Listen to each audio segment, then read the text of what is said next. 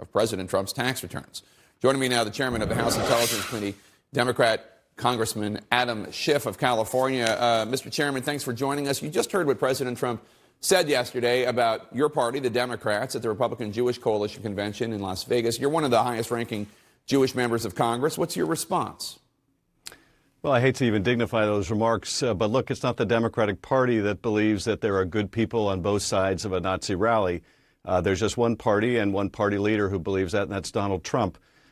If there's anything that is likely to cement the relationship between the Democratic Party and the Jewish community, it's the presidency of Donald Trump. The lack of character and values that are certainly inconsistent with Jewish values, I think, are only consolidating support in the Jewish community. And I think the president needs to look inward when it comes to the rise of anti-Semitism in the country and his own actions and his own words and how that may fuel some of the rise in hate that we see, not just in the form of anti-Semitism, but the rise in acts of hate of all kinds. But, Congressman, are you concerned at all about some of the rhetoric that has been expressed by Democratic members of Congress and their support for the BDS movement to boycott Israel? Does this not concern you at all? I certainly don't support the BDS movement. And yes, there are isolated comments by members of our caucus that I have strongly condemned as being anti-Semitic. But it's one thing when you have a few members who make comments, and it's another when the President of the United States makes comments like he did in Charlottesville or about Charlottesville. There's quite a difference. I'm very proud of our leadership and its condemnation of anti-Semitism. We will continue to speak out. We'll continue to take action to try to combat this scourge. But I don't think the President is by trying to divide us this way. Let's turn to the Mueller report. You've made clear that Congress should get the Mueller report with no redactions. Tell me where you stand on the issue of what kinds of redactions, if any, you think are acceptable in the public version of the Mueller report.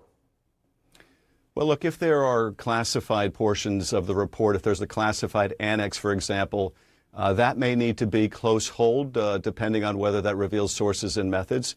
There may even be some parts of that, though, that can be declassified in the public interest. And in fact, if you look at the Mueller indictments, those two dealing with the Russians, that went into very granular detail. That would have been previously classified information about what the budget was for that social media farm, about private emails between members of that social media farm and their family. All of that information at one point was classified, but the decision must have been made. The public interest outweighs that. And I think a similar analysis should be undertaken here. You've been clear, and you've been criticized a great deal for saying that you still see, quote, evidence of collusion, even though, according to Attorney General Barr, the Mueller report says, quote, the investigation did not establish that members of the Trump campaign conspired or coordinated with the Russian government in its election interference activities, unquote. So are you saying that Mueller got it wrong? No, and what I've said on your show and others, Jake, for over a year now is that, yes, there's ample evidence of collusion in plain sight, but that is not the same thing as proof of a criminal conspiracy beyond a reasonable doubt, and that I would defer to Bob Mueller's judgment, and I do. But I think what we're talking about here is the difference between conduct that rises to the level of criminality and conduct that is deeply unethical, unpatriotic, and corrupt that may not be criminal. And I think you saw from Mr. Mulvaney on your show last week, and indeed we see from Mr. Nunes and Mr. McCarthy, an attitude that ethics don't matter. If there's no crime, there's no foul. And I think if we get to that point in this country, then we are in a very desperate situation.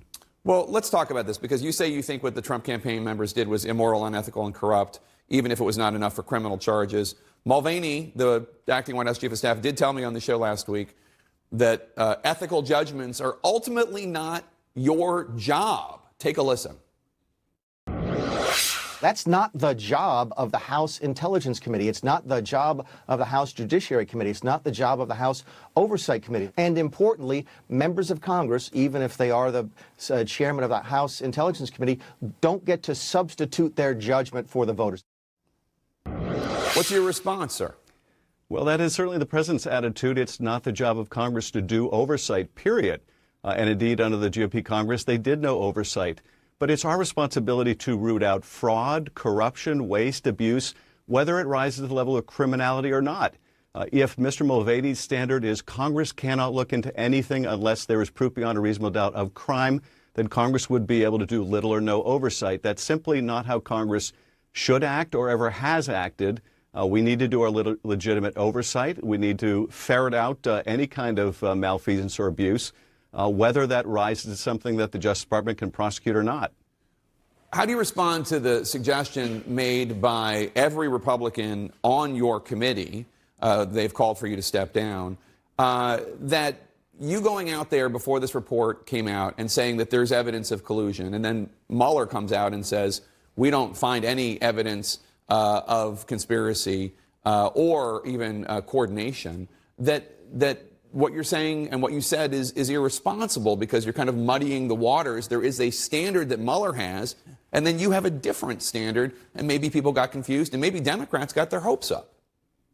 Look, I think there is a different standard here between the Republicans and the Democrats. The Republicans seem to think that as long as you can't prove it's a crime, then all is fair in love and war, that it's all okay what the Trump administration, the Trump campaign does. I don't feel that way. I don't think most Americans feel that way. And Jake, what I've been saying all along is that the evidence that I'm concerned about is in plain sight, and I've used those words probably 100 times. If the fact that the president called on the Russians to hack Hillary's emails, if the fact that Don Jr. said he loved to get the Russians help, all of this is in plain sight. If the Republicans think that's perfectly fine because it doesn't amount to the crime of conspiracy, then we are going to part company. And I'm not going to stop making the point that we should hold our president, our campaigns, our elected officials to a higher standard than mere criminality. And you have no regrets of anything you've said in the last couple of years? I don't regret calling out this president for what I consider deeply unethical and improper conduct, not a bit. And I think the moment that we start to think that we should back away from exposing this kind of malfeasance and corruption is a dangerous point. Now, Jake, you've asked the question many times, is there a risk of doing too much oversight? There is a risk when you have an immoral president, a president lacking in basic character who violates the norms of office. There is an even greater risk of doing too little oversight. So I make no apologies for that, and I'm going to continue holding this administration accountable. I don't think that's exactly how I phrased that question, but I take your point. I do want to ask you, sir, your fellow Democratic Chairman Richard Neal formally requested President Trump's tax returns from the IRS this week, writing that his committee is considering legislation about how the IRS audits a president. President Trump's lawyers fired back, saying Democrats are just playing politics. They write, quote, if Chairman Neal genuinely wants to review how the IRS audits presidents, why is he seeking tax returns and return information covering the 4 years before President Trump took office, unquote? Why do Democrats need President Trump's tax returns from 4 years before he took office? Well, first, the president marveled that Chairman Neal wasn't seeking 10 years and was only seeking 6 years. I will leave it to Chairman Neal to explain what year period he chose. But I think it goes to the gravamen of this problem, and that is that the president appoints the head of the IRS or the lawyer for the IRS. The IRS is supposed to conduct an examination of the president's returns. This is a president who has resisted any oversight or inquiry into his affairs. And so I think the chairman of Ways and Means has every right to determine, is the IRS following its own policy and protocols? But I'll also say this, Jake, there is no legal ground for them here. The statute says the IRS shall provide these returns to the Congress upon request.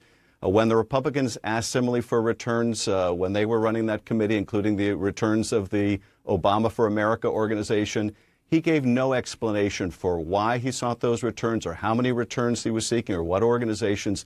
He just asked, and the IRS says, you can have them because we shall provide them. And I think that's how it's going to end up here, too. All right. Democratic Congressman and Chairman of the House Intelligence Committee, Adam Schiff of California.